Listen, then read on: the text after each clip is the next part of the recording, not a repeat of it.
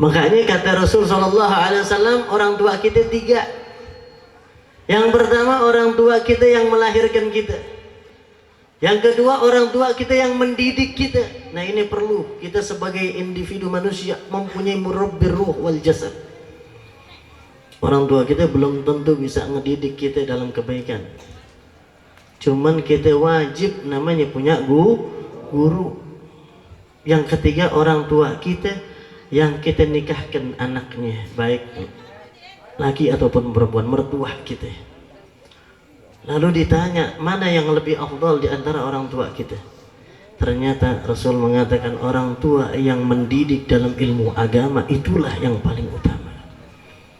Bayangkan kalau orang tua kita yang melahirkan kita dan juga bisa mendidik kita dalam ilmu agama. Amin ya Allah. Double. Wa ashhadu anna sayyidana wa nabiyyana wa maulana Muhammad abduhu wa rasuluh la nabiyya ba'dah. Allahumma salli wa sallim wa karrim wa majjid ala sayyidina Muhammad al-fatih lima ughliq wal khatim lima sabaq nasiril haq bil haq wal hadi ila siratikal mustaqim wa ala alihi wa sahbihi haqqa qadrihi wa miqdarihil azim. Faqad qala Allah Ta'ala fil Qur'anil Karim wa huwa asdaqul qailin. Bismillahirrahmanirrahim. Qalu subhanaka la ilma lana illa ma 'allamtana innaka antal alimul hakim. Rabbi ishrah li sadri wa yassir li amri wahlul 'uqdatam min lisani yafqahu qawli. Wa qala an-nabi sallallahu alaihi wasallam ballighu ani walau ayah. Sadaqallah وصدق رسول الله صلى الله عليه وسلم ونحن على ذلك من الشاهدين والشاكرين والحمد لله رب العالمين. Hadratil muhtaramun, hadirin hadirat jamaah yang dirahmati dan dimuliakan oleh Allah Subhanahu wa taala. Wabil khusus guru kita bersama ad-da'i ilallah al-habib Ali Ibn Abi Bakar bin Yahya mata'an Allah bituli hayatih. Kita doakan mudah-mudahan beliau panjang umur, sehat afiat fi ta'atillah wa fi ta'ati Rasulillah. Dan juga hammuhu, mertua beliau alhamdulillah hadir. Orang tua kita bersama Al-Habib Husin Al-Maghribi, kita doakan juga mudah-mudahan beliau panjang umur, bisyihah wal afiyah fi ta'atillah wa fi ta'ati Rasulillah. Dan yang insyaallah guru kita juga bersama yang sedang dalam perjalanan, mudah-mudahan kita doakan sampai di sini dalam keadaan sehat afiat, selamat, gak ada halangan, karena memang rumahnya agak jauh beliau, yakni Al-Habib Fikri Ibn Al-Habib Hisham Al-Musawa. Kita doakan mudah-mudahan beliau panjang umur, sehat afiat, bisa selalu memberikan ilmunya kepada kita semua. Amin ya Allah ya Rabbal Alamin. Dan juga hadir bersama kita para dewan asatidzah. Alhamdulillah ada Ustadz Yusuf, Ustadz Dasim, ya, Ustadz Muslim, dan para asatidz yang lainnya yang mohon maaf tidak dapat saya sebutkan namanya satu persatu, namun tidak mengurangi rasa hormat dan ta'zim al-faqir. Karena alhamdulillah para asatidznya kumpul semua. Emang kebetulan gak ada undangan juga. Doakan mudah-mudahan setelah kita lewati masa-masa sulit bersama ini, iya, yang bukan main, insya Allah dengan ta'alluqnya hati kita dengan Nabi Muhammad sallallahu alaihi wasallam, insya Allah Allah selalu berkahi dalam kehidupan kita. Amin. Kita doakan para guru-guru kita, para asatidz kita, Allah berikan panjang umur, bisyihah wal afiyah fi ta'atillah wa fi ta'ati Rasulillah.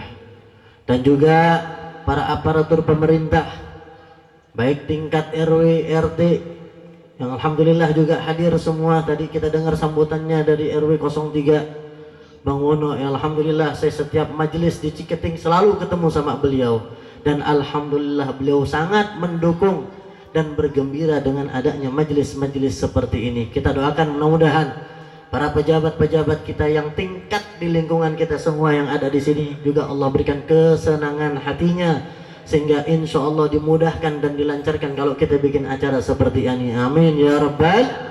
Dan orang-orang tua kita, para sepuh-sepuh, mini sepuh, yang alhamdulillah juga sudah mendukung acara kita. Dan subhanallah, kami baik Habib Ali atau nanti Habib Fikri juga nggak menyangka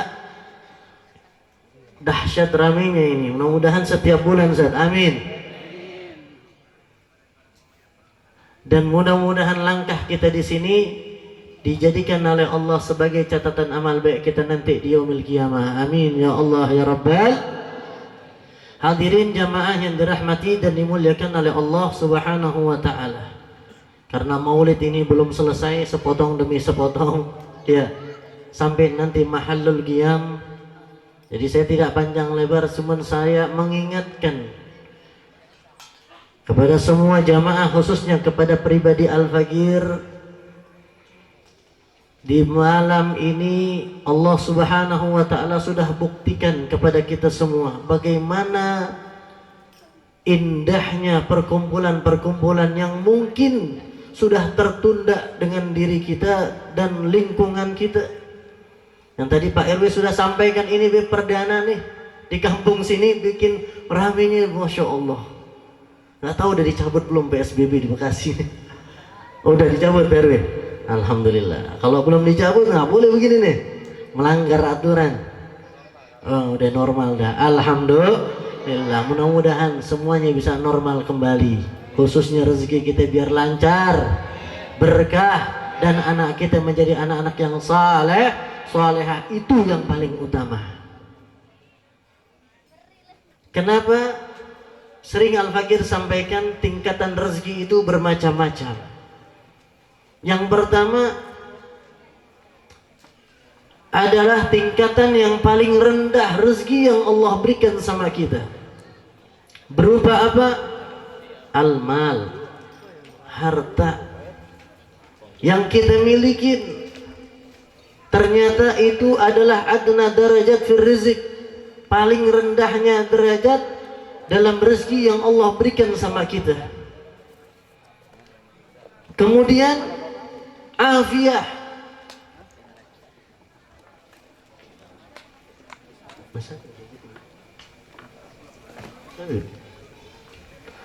ahlan wa sahlan. Ada Habib Fikri udah sampai dah.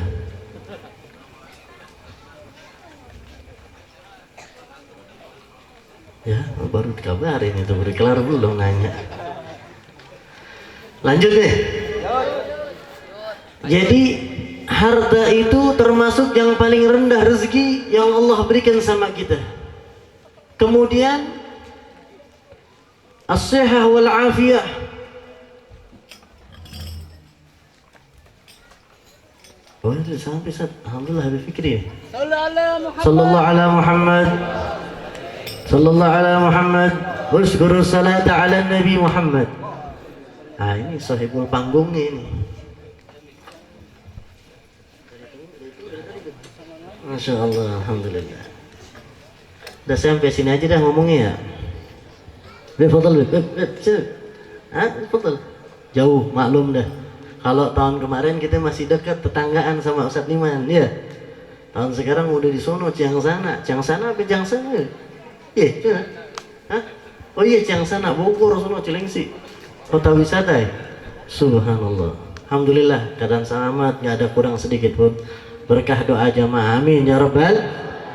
Nah, ada kata ulama, ada paling sempurnanya derajat dan paling sempurnanya rezeki yang Allah berikan. Apa? Salihul abna, anak yang saleh salehah. Ini yang kita harapin. Saya yakin masing-masing yang sudah menikah pengen punya keturunan, betul.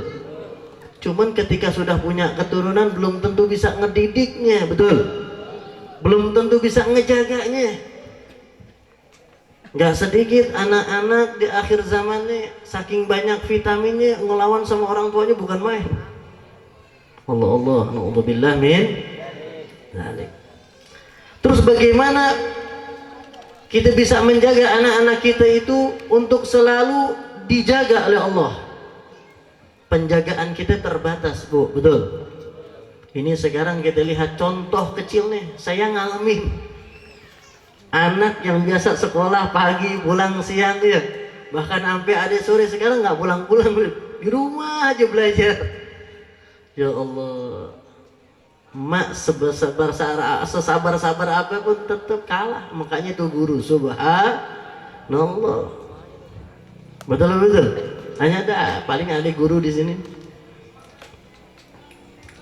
Makanya kata Rasul SAW, orang tua kita 3. Yang pertama, orang tua kita yang melahirkan kita. Yang kedua, orang tua kita yang mendidik kita. Nah, ini perlu kita sebagai individu manusia mempunyai murabbir ruh wal jasad. Orang tua kita belum tentu bisa ngedidik kita dalam kebaikan. Cuman kita wajib namanya punya guru. Yang ketiga, orang tua kita yang kita nikahkan anaknya, baik laki ataupun perempuan, mertua kita. Lalu ditanya, mana yang lebih afdal di antara orang tua kita? Ternyata Rasul mengatakan orang tua yang mendidik dalam ilmu agama itulah yang paling utama. Bayangkan kalau orang tua kita yang melahirkan kita dan juga bisa mendidik kita dalam ilmu agama. Amin ya Allah. Double. Makanya jadi orang tua harus punya ilmu, betul? Ayo dari sekarang. Jangan sampai kita nanti menyesal hanya bisa membesarkan, cuma tidak bisa mendidik. Ma'asyiral muslimin wal muslimat rahimakumullah.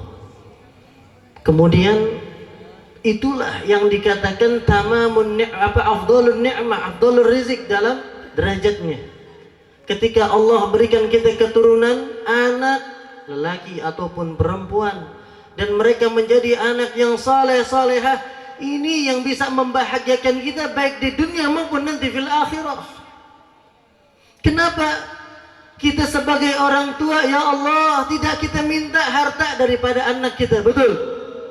Kita tidak minta kehormatan yang anak kita mungkin dapatin, kita sebagai orang tua nggak mau dihormatin.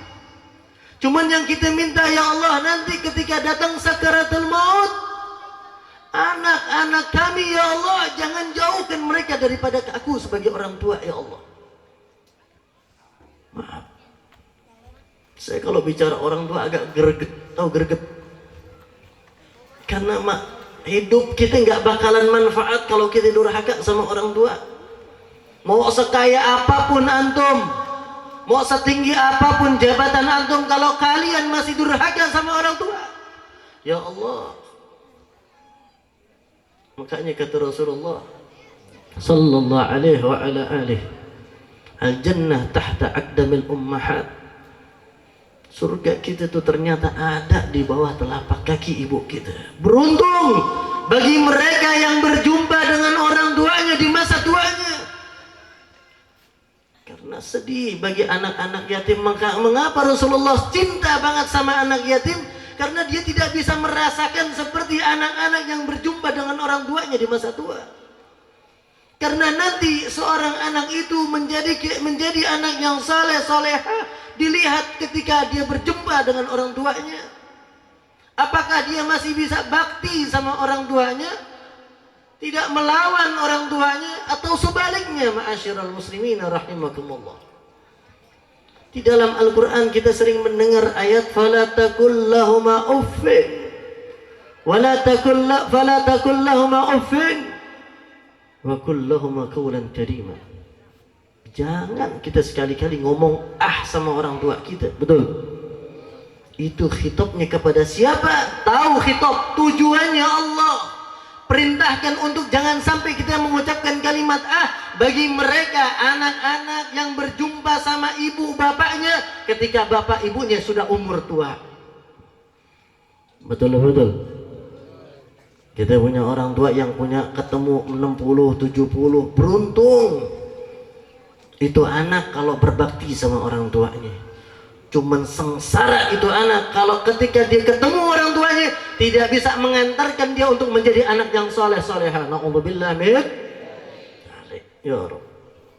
Habib Adi ini termasuk anak yang nggak ketemu orang tuanya katanya. nggak bisa ngerawat. Saya tanya kepada yang ibu-ibu nih, ketika antum merawat, antum punya bayi, tengah malam dibangunin, belum yang ngencingnya, belum yang empuknya, ya Allah, nanti kita juga akan merasakan tuh kenikmatan seperti itu. Itu bukan suatu kenistaan, justru kebahagiaan. Kita dilatih untuk sabar ngurusin anak. Ketika nanti ketika kita sudah menjadi tua dan anak kita sudah dewasa, insya Allah balasan lebih dari itu kalau kita punya keikhlasan dalam merawat anak. Itu yang mahal, yang orang belum tentu bisa merasakan semuanya di akhir masa tuanya. Ma'asyiral muslimin rahimakumullah. Nah, ini kayak tegang banget ini. Yang terakhir saya sampaikan, saya pernah baca tulisan perkataan Imam Al-Hasan As-Sajadi. Beliau katakan, arba'un la yanfa' ma'aha ilmun. 4 perkara yang tidak manfaat, 4 perkara tersebut kalau berkumpul dengan ilmu. Maksudnya apa? Orang yang ngaji, orang yang mencari ilmu, nih kita sebagai orang yang thalibul ilm, kalau masih mempunyai 4 sifat dalam diri kita, ilmu kita nggak manfaat. Na'udzubillah.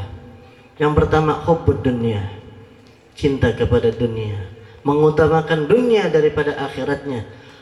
24 jam hidupnya sibuk dengan dunianya. Yang kedua, nisyanul akhirat, lupa kepada akhirat. Gak boleh kita lupa kepada alam akhirat, karena setelah dunia kita akan rasakan nanti alam akhirat yang ternyata itu alam kekal abadi, yang kalau kita mendapatkan kebahagiaan dari awal masuk akhirat, maka kebahagiaan terus abadi sampai kita masuk surganya Allah.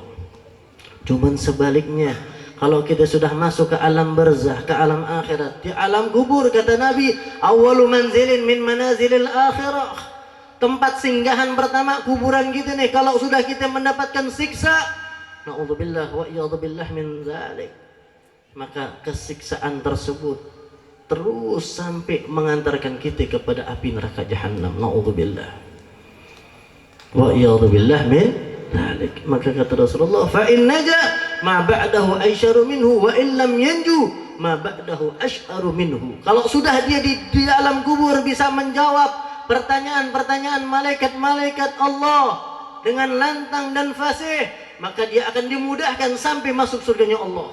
Cuman kalau nggak bisa nanti di alam kuburnya, maka akan dia dapati lebih sulit, lebih tersiksa sampai masuk api neraka jahanam. Mungkin sebagian dari kita pernah melihat bagaimana orang di akhir hayatnya. Beruntung bagi orang tua yang berjumpa dengan anaknya. Ketika dia bernazah, anaknya ada di sekelilingnya, membacakan talqin, tazkir, salawat kepada Nabi Muhammad, membacakan Yasin dan lain sebagainya, sampai habis daripada orang tua tersebut. Itu kebahagiaan yang tiada taranya. Dan saya langsung melihat, kemarin saya punya nenek dari istri. Beruntung banget. Kenapa? Karena ketika datang sakaratul maut, anaknya berkumpul, masing-masing pegang Yasin, masing-masing berzikir untuk mengantarkan akhir hidupnya dalam keadaan husnul khatimah. Amin ya Allah.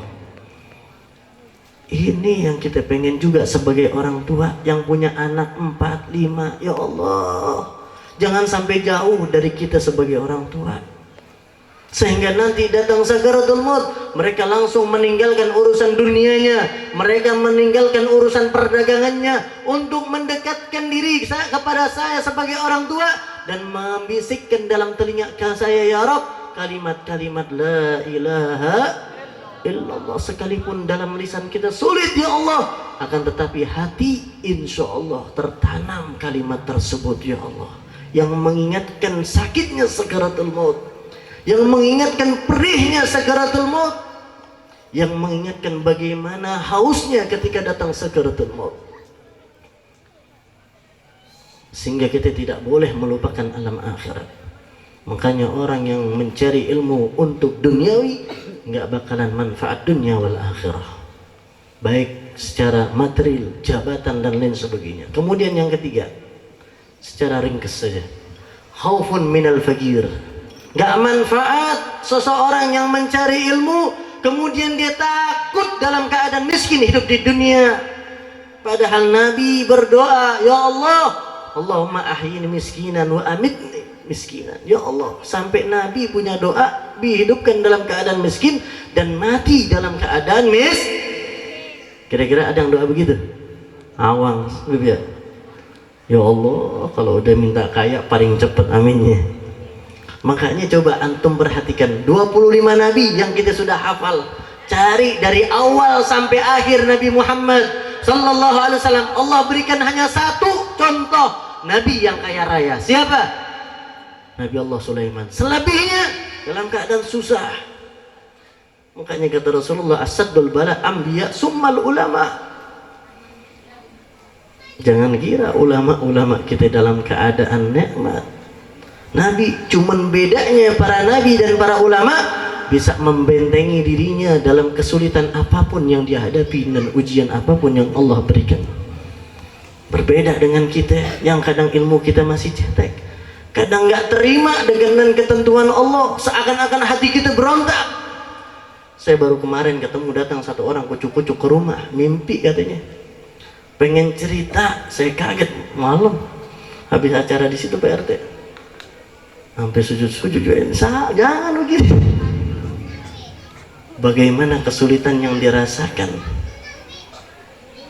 Saya tanya, kesulitan dalam keluarga, anak? Bukan, ternyata kesulitan dalam hal riba. Ya Allah, ini sekarang riba banyak PRW. Saya nggak tahu riba ini. Kalau riba dalam syariat kita pahami bahwa udah nggak ada baiknya itu riba. Dahsyat, hati-hati bu. Cuman saya baru tahu sistem riba yang ada di sini nih, yang minjem uang sama orang. Saya pikir kalau riba yang umumnya kan ngambil uang di bank dengan jaminan sertifikat, betul? Akhirnya kita nyicil sekian ada bunganya, riba.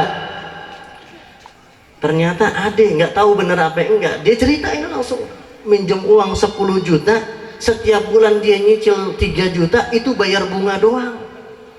Pokoknya kagak. Jadi pokoknya kalau punya duit 10 juta ketutup baru selesai PRW, kata begitu. Betul bu? Bu? Hah? Oh, insya Allah nggak ada yang nyautin sini, nggak ada yang main riba dah. Oh Allah, dahsyat ini, jahatnya bukan main nih orang. Hah? Oh nggak ada ibu-ibu kata Bali, masih muda. Nah nih yang masih muda jangan dah sekali-kali. Udah kita tersiksa buat bayarnya, dosanya bukan main itu riba. Sampai dikatakan orang yang makan riba, mengerjakan riba seperti memerangi Allah dan Rasulullah. Allah, dia punya perasaan seperti itu, nyeselnya bukan main. Terus bagaimana solusinya? Saya arahkan, antum punya apa, jual aset antum udah untuk menutup daripada. Ya Allah, saya ngiris juga hati itu. Apalagi kemarin 3 bulan kemarin corona, rata semua susah. Sama Habib juga nggak sama. Cuman bedanya ada di hati kita nggak kekhawatiran dalam kemiskinan. Selama Allah masih berikan kita nafas, ikan sehat, rezeki kita masih tertulis sama Allah. Jangan takut. Tuh bedanya kita sama mereka yang berkecimpung dengan duniawi. Yang terakhir dah, udah kelamaan nih. Khaufun minan nas. Jangan takut kepada manusia, siapapun modelnya. Artinya apa? Jangan sekali-kali kita bergantung kepada orang. Karena orang yang bergantung kepada seseorang manusia di muka bumi ini, dia akan merasakan penyesalan yang sangat besar. Apa maksudnya? Hati-hati, jangan ngandelin dari seseorang. Betul-betul.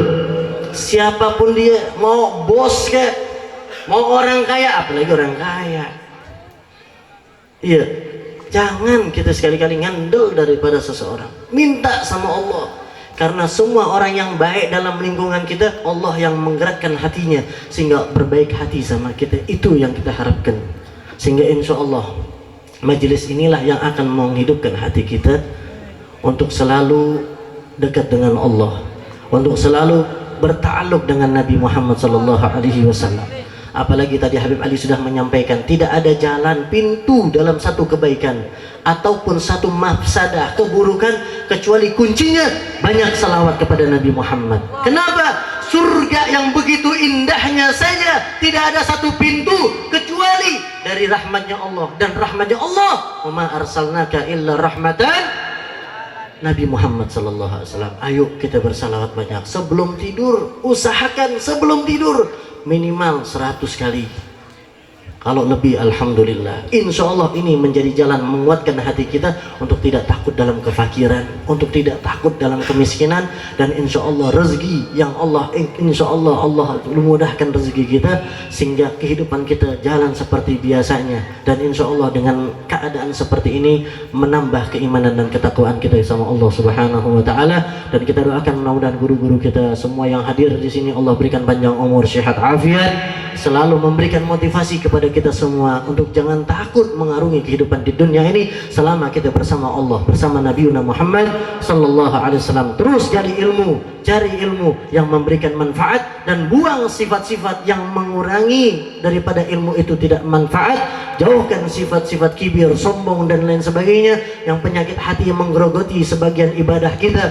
Hilangkan segala penyakit egois kita sehingga insya Allah dengan begitu tertanam dalam hati kita keikhlasan dalam segala macam amal ibadah. Amin ya Allah ya Rabbal Alamin. Kurang lebihnya mohon maaf. Hadanallahu wa iyyakum. Assalamualaikum warahmatullahi wabarakatuh.